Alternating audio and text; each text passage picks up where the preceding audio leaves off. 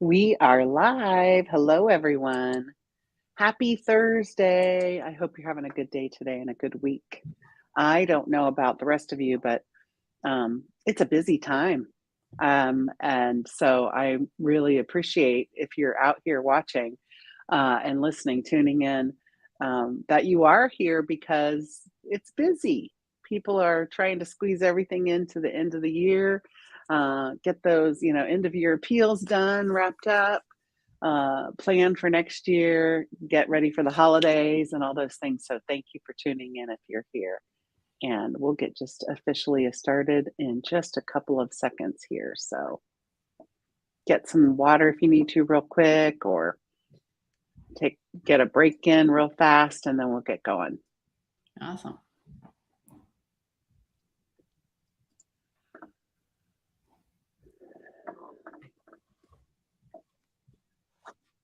Okay, again, I'm going to welcome you. Thank you for tuning in with us today.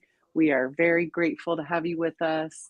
We hope you find the session today helpful, and I know you will. Happy holidays, everybody. It's a busy time, so if you haven't yet, I'm going to encourage you right now to take a couple of deep breaths and just relax a little bit. Take this 30 minutes to just listen and relax. So I'm really excited to have Mimi Tadesse here today with me to talk about why empowering women is so important, and especially in rural areas, using their indigenous culture through dabari, which is reciprocity. And I love this idea. We're also going to talk a bit about having diversity on the board of directors and why that's important, the importance of having local nonprofit organizations as partners with your organization, and just the challenges that small nonprofits face in getting grants from big organizations. And donations from big donors, too, can be a challenge. So, Mimi Tadesse was born and raised by a single mother and grandmother in Oromia, Ethiopia. In Ethiopia, Mimi experienced discrimination and incarceration based on her ethnic background and Christian belief. As a woman, she also experienced firsthand gender discrimination, dehumanization, imprisonment, torture, and marginalization. She was afforded the opportunity to change her life after she came to the United States, and we're so glad you're here, where she witnessed the achievement of women and the opportunities that are open to women here. This has only fueled her passion and dedication to making a difference in the lives of women in Oromia, her place of birth. In 2012, Mimi started CG Women's Empowerment, which is also referred to as CGWE, whose mission is to create economic self-sufficiency for women, children, and entire villages in Ethiopia's Oromia state. CGWE envisions a world where all women and children are safe from violence and discrimination, are socially empowered, and are economically self-sufficient. We're really happy to have you here today, Mimi. I'm so excited to have this conversation, and I really appreciate you spending time. Thank you. Thank you so much for having me, Libby. Yes, my pleasure. And I'm Libby V, nonprofit champion and founder of Libby V and Associates. Through visioning and strategy work, leadership coaching, development, support, and organizational and board development, our nonprofit leader clients successfully raise more money and have more impact. But not all nonprofits can afford to hire a consultant, so I created the Nonprofit Coffee Talk as a way to provide great content and helpful information to as many nonprofit people as I can. I hope you find it useful. Please feel free to suggest other topics you'd like to see and ask questions today. I'll be monitoring the questions that come in, so please ask them. I also wanted to suggest that you might be a good guest for the Nonprofit Coffee Talk, and I would love to talk to you about that. If you want to reach out to me, I'm pretty active on Facebook, and I actually have a nonprofit group that you are welcome and you're invited to be part of. So if you want to hit me up on Facebook, that would be great. The easiest way to do that is to look for Libby V and Associates and start there, connecting with me there, and then I'll invite you to the group. So with that, I'd like us to get started. So while we were waiting to go live, I noticed Mimi's jewelry. It's so beautiful. And I couldn't help but notice that it is sort of traditional Christmas colors, red and green. But Mimi, please tell us about that jewelry that you have on, which is so pretty. Thank you. Yeah, it is so pretty. In a normal, peaceful country, we are celebrating Christmas, the birthday of our Jesus Christ. At the same time, at this moment in my country, freedom fighters are standing for the oppressed to break the yoke. So this color is Christmas color in peaceful country, but in my country, the freedom fighters color, red and green. So even though I'm enjoying the freedom in this country, my heart is with my people who are suffering back home and supporting the freedom fighters. So it is for both that I'm here having this jewelry on. Yes. Well, we hope that soon things improve for your home country and the people there. And I will absolutely have all of you in my thoughts. So Thank hope you. that things get better. Yeah. And I know that you're a part of making things better. And I think that's such a lovely thing to do. So many nonprofit founders start nonprofits based on the experiences they have had and wanting to make it better for others. And I just think that is the most wonderful thing you could possibly do in your life. And so I applaud you for that. It's a hard thing to do too.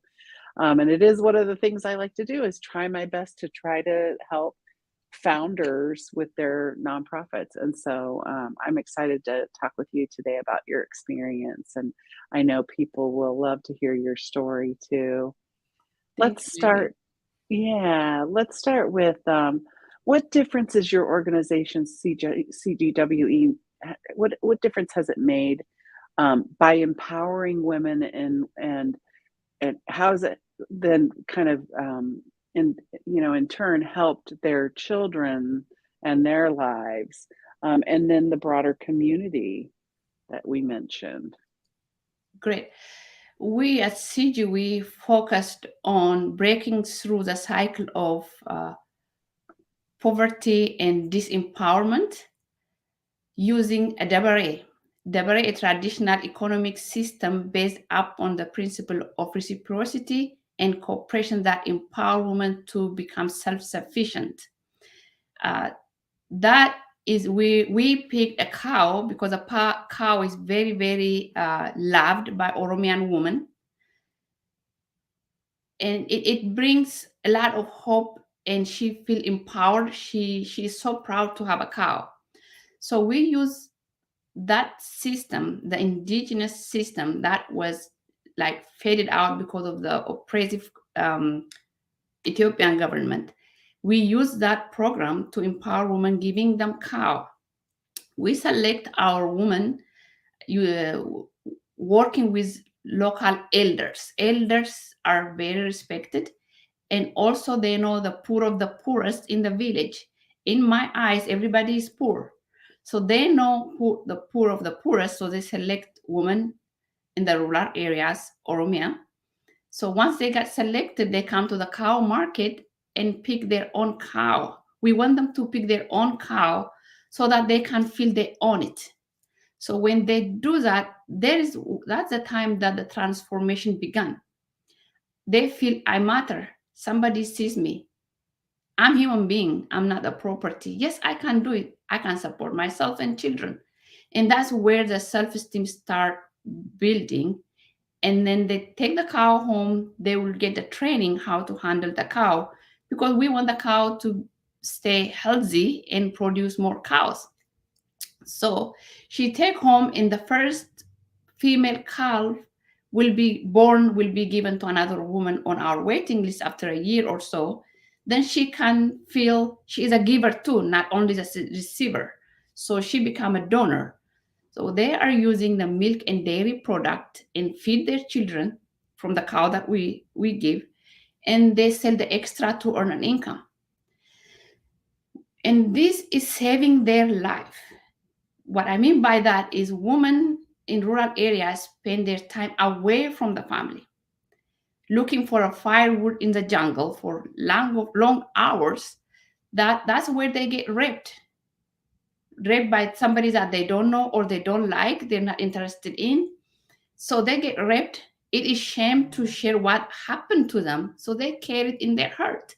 So that rape can create transmission disease like AIDS and other diseases. And the violence is lifetime trauma that creates, you know, and then they carry the firewood that they gathered on their back for like 10, 15, 10, 11, 12 miles away from home, walking. Even they walk farther in the city, sometimes they cannot find someone to buy the firewood that they worked hard to gather. So they walk farther. So CGWE, by giving them a cow, it's giving them the opportunity to minimize the risk of being raped and carrying all the firewood in all that, harmful situation. They can be at home close to their children. They can take care of the children. When the mom is away, the kids, like 8 years old kids, 9 years, 7 years, is taking care of her young siblings at home, babysitting, and also working from home. And the boys are working as a shepherd. So we don't want that cycle to repeat itself. So we are keeping mother at home, giving a cow. We educate the mothers the value of education. Then they can send the children to school. So now the mother is sending their children to school. The children are getting education. CGW is providing solar light bulbs so that the children can do their homework at night because there is no electricity. And also the mother's family are using the solar light we're giving for the children to do their homework, but they're using it in the house as well. They're not using the firewood for a light purpose as well, not only cooking, light purpose as well. The smoke that was hurting the mother's family eyes minimized that issue as well. It created more positive. And we also created reading corners, the children to practice reading and writing in elementary schools. Of course, it's a long distance, they walk to the school, but still we created reading corners so that the children can practice reading and writing. We train personal hygiene as well, but there's no clean water. We partnered with Columbus Rotary Club. I am a member of Rotary Club as well. I'm a Rotarian. We drilled 3 water wells. At least we are comfortable to train them about personal hygiene because at least we have provided clean water. We still working on to provide more drilling water wells because 3 is not enough for that big village. So we have given school benches. We have given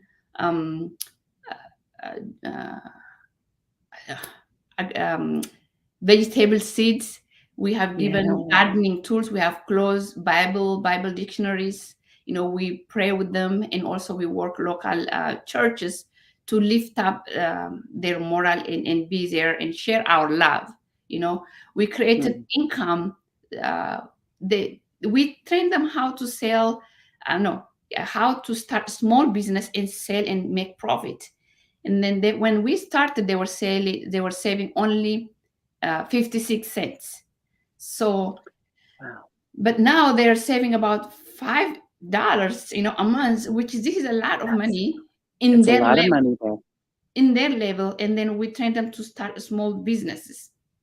So they don't have a bank. They don't know about the bank, but they're drawing their name when they meet anybody who win that day and take the money that was collected. So they sell banana, coffee bean, potatoes, and then they keep the profit and bring the seed money that they have received. So giving them the cow created more opportunity for us to impact the family, empowering the woman, sending children to school, saving life, transforming the community. It's just win, win, win, using their own culture that they know, or helped a lot to save lives and transform communities and empower women. Yeah, I wanted to show this website because I hope I can. Yeah, let me share this because I just I popped on your website and kept it open because I wanted to show this. What a beautiful photo of this woman smiling. Um, that's just joyous to see. And then this little girl or little boy milking the cow. It seems like, and I love your impact report that you put together here around Thanksgiving time. And just that you're training people on all these things to help set them on a path. And I'm so glad you're here telling us about this because I just was thinking, oh, it's economic impact, right? Like you're helping them earn a living and be able to provide for their children, but it's so much more than. Sorry, my dog's barking. It's I didn't realize all of the safety concern and all of the safety this provides the family. It's really powerful. Thank you. And also something that I didn't mention about the harmful tradition practice, the um, woman circumcision, girl circumcision, and girl kidnapping is common. So they circumcise girls at early age. That causes infection, high bleeding. There's no clinic or hospital around, so the kids die there without. They don't even know what causes that. Why? They think it's a good culture because of the culture that the man created before, so that she can submit, woman can submit. So we educate the mothers the harmfulness of that issue. If they survive from the young age and they're ready to give birth, the mother die while giving birth, or the kid die because they cannot give birth naturally. So we educate them why female genital mutilation issue is very harmful to them. And girl kidnapping, if they get kidnapped, they're not properties, they don't have to stay there. If there's a way that they can come out, they can come out and be themselves. It's not, it's a crime that's done to them, so it doesn't mean that they lose their own value. They're human being, so they can still live. Their human being, their value, they have a value. So that's what we are educating them as well. So this is part of our program. Yeah, and I'm just struck, it just is always surprising to me, or it surprised me how little money it takes to set a woman and her children, her family up for success and for being able to thrive and live peacefully. And it just, it's like $700 for a cow or less. And then light bulbs can just be life changing to not just the woman, but her children, her family. And that just has rippling effects, right? It helps the children and the family so much. And so I'm just struck with that. It's just a really low investment, a small investment in really saving multiple people from horrible things. So, and I'm inspired. I'm going to get on here and donate $10 a month and I encourage anybody out there to get on and donate $10 a month. I put the website in there. I don't do that very often, but I feel moved to do that today. It's just such a wonderful thing. I can't donate to everybody that I meet and talk to, but I do want to support what you're doing. It's inspiring. It's amazing. Yeah, it means a lot to the woman that we're empowering. It means a lot to our organization CGWE as well. So thank you. Yeah. So I wonder if we could take a little bit of time to kind of talk about the things that that I mentioned in the introduction, having diversity on your board of directors, having nonprofit partners, how important that is, and then the challenges around donations and grants.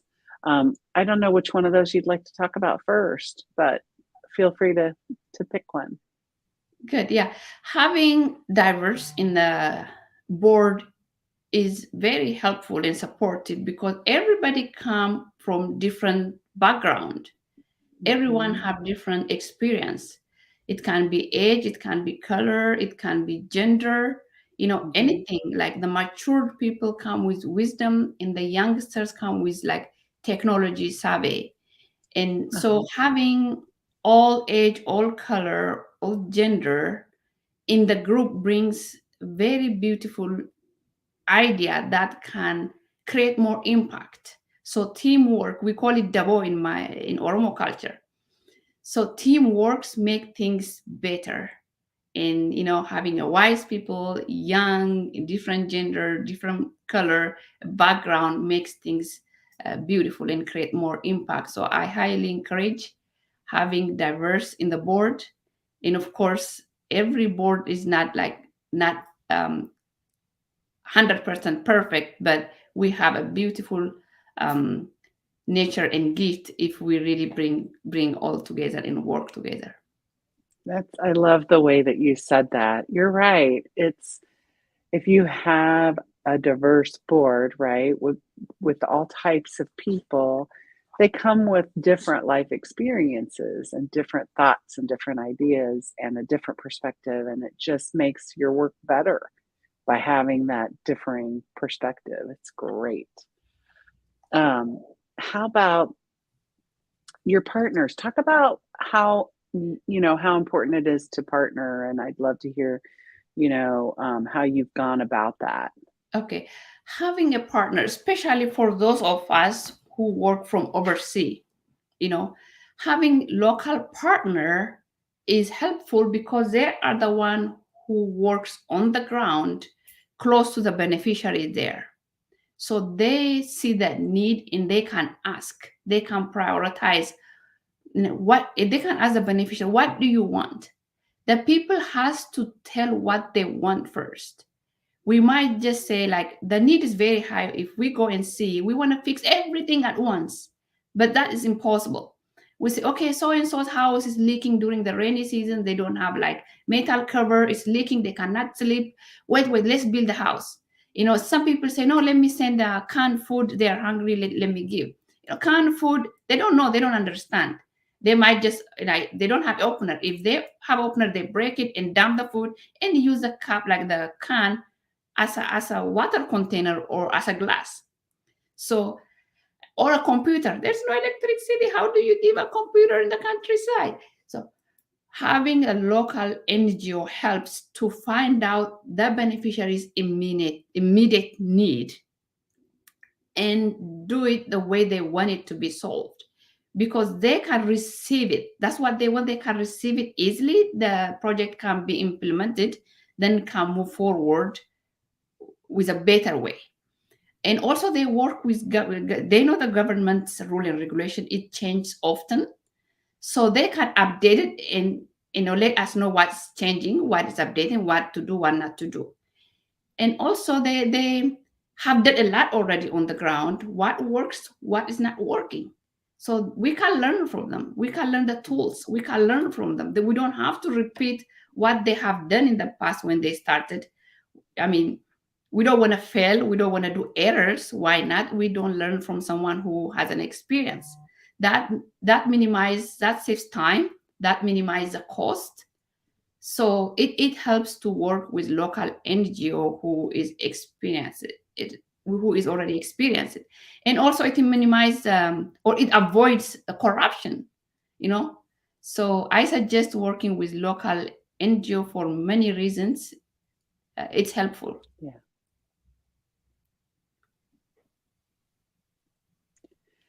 I And wondered as I was preparing this, to talk with you, I was thinking, I wonder if she goes there a lot, to kind of see, like, how do you make sure? And so, it's smart to have a partner there on the ground who really understands and sees everything that's happening so that they keep you informed. That makes a lot of sense to me. Because I was thinking, does she travel back and forth or have staff that travel back and forth? That makes sense. Yeah. yeah, still I go every year. After, Hmm. not because of COVID, things changed. Where Yeah. after COVID there is a war, so for safety purpose, I don't take volunteers. I'm waiting for the right time to travel. Even though we're going every year, I'm taking volunteers. We connect with our beneficiaries, new and previous um, beneficiaries and ask, where were you before? Where are you today? What is your vision in the future? Like they don't even have a vision. We create a vision for them, how they can create a vision. It's through the workshop we give. So we connect that way. We give some workshop and trainings and take some pictures and videos and see. That is once a year in a normal situation. But the NGO, the local NGO works the day-to-day business, giving the training, doing the dabare celebration. When they give the firstborn calf to another woman on our waiting list, the beneficiary come and give it to the new beneficiary. There's a celebration. So the community elders arrange all that, and they do it in their own culture, blessing each other. So that creates excitement, Yeah. So we Yeah, I don't do bet it. that's a beautiful celebration. Yes. So we Yeah, don't have to be there to do all that. So that's why we have to have a local NGO. that's great. And so, how are you kind of working together? Are you meeting on a regular basis over, virtually over Zoom or something to kind of keep in touch, or just emails back and forth? I'm curious about that, how It's a that phone works. call. It is a Yeah. phone call. Like Zoom networking issue, it break out. Yes. And emails, they don't respond right away because of networking. So it's a phone call to remind Mhm. them there is an email coming up. Would you please keep your eye, or would you go to where the Wi-Fi Mhm. is? You can check the email, or what are you phone? Mostly phone calls are more working from our end. Yeah, that makes sense. That makes a lot of sense. Yeah, they don't, we take for granted here in the United States, right? We get upset when we have, a slow internet connection, or our internet goes down and we just don't think we can live without it, but they're living without it all the time, or most of the time, right? They just don't have stable networks over there, I'm assuming. Yeah, yeah. And also I think you asked me about the grant givers, big grant Yes. givers. Okay. The challenge that small nonprofit organizations like ours are facing, the big grant givers are making their application complex, and also reporting back process complex. So a big nonprofit organization can hire someone who knows that system to work on that application. For small nonprofit organization who is working voluntarily like us, is a big challenge. We can't afford hiring. The application is very complex. It's hard, and even reporting back if we get it. So if and also they give it to someone who know them. It's not whom they know. They don't come and look for us.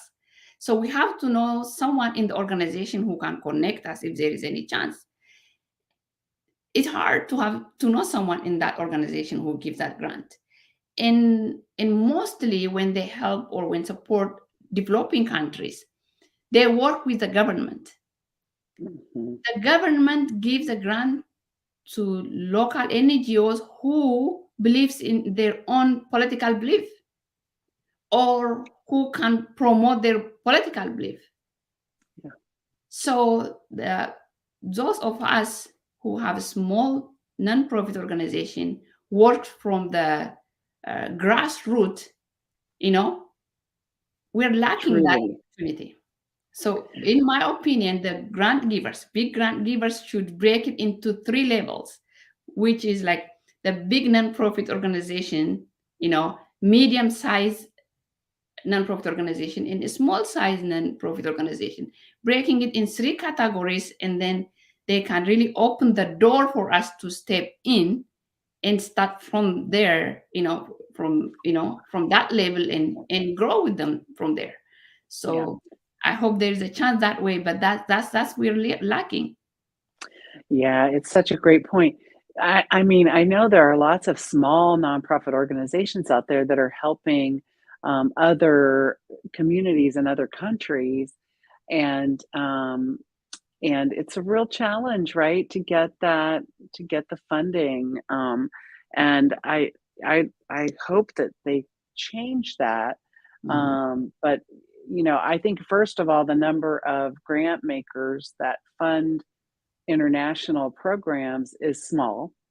And then you take that number and narrow it down to the ones who actually give it to small nonprofits, and you have a very tiny pool of money that is available for that, which is unfortunate. They're missing a lot of opportunities to have huge impact on people. So, yeah, go ahead, Mimi. Yeah, like, Oromo people, 80% lives in rural areas. And a few people live in a city whom they have the opportunity to go to school easily, get transportation easily, and learn the language easily. There are very few people who lives in the city, but the Yeah. 80% Oromo people who live in the rural areas are forgotten. There's no infrastructure. There's no school provided. There's no books. There's no media. They're lacking all that. Nobody see them. They're forgotten there, and especially women and kids. Yeah. You know, Wow. Yes. And that's a lot of people. a lot of 80%. people. Yes. That's a lot of people. Um, we have to end. This goes by so fast always. This has been such a joy chatting with you. And I want to welcome you to come back at some point and give us an update and let us know how things are going. And I wish you all the best. And I'm here anytime you have, if you want to chat about anything, I'd love to talk with you about it. So thank you to our audience out there tuning in. We appreciate you so much and hope you have a happy holidays. We will do a nonprofit coffee talk next week when Bailey Hanley from Notley will be on to talk about Philanthropitch 2023. And then we're going to take a break the next couple of weeks and be back after the new year. So I'll post information about that. Thank you so much. Have a beautiful day. And don't forget to think about all the things you're grateful for. Today, I challenge you to do that. There's a lot to be thankful for. So thank you so much, Mimi. Appreciate you and your work. Thank you, and Merry Christmas and Happy New Year. And everyone, share our Facebook page and create more impact with us. And thank you. Yeah, thank you.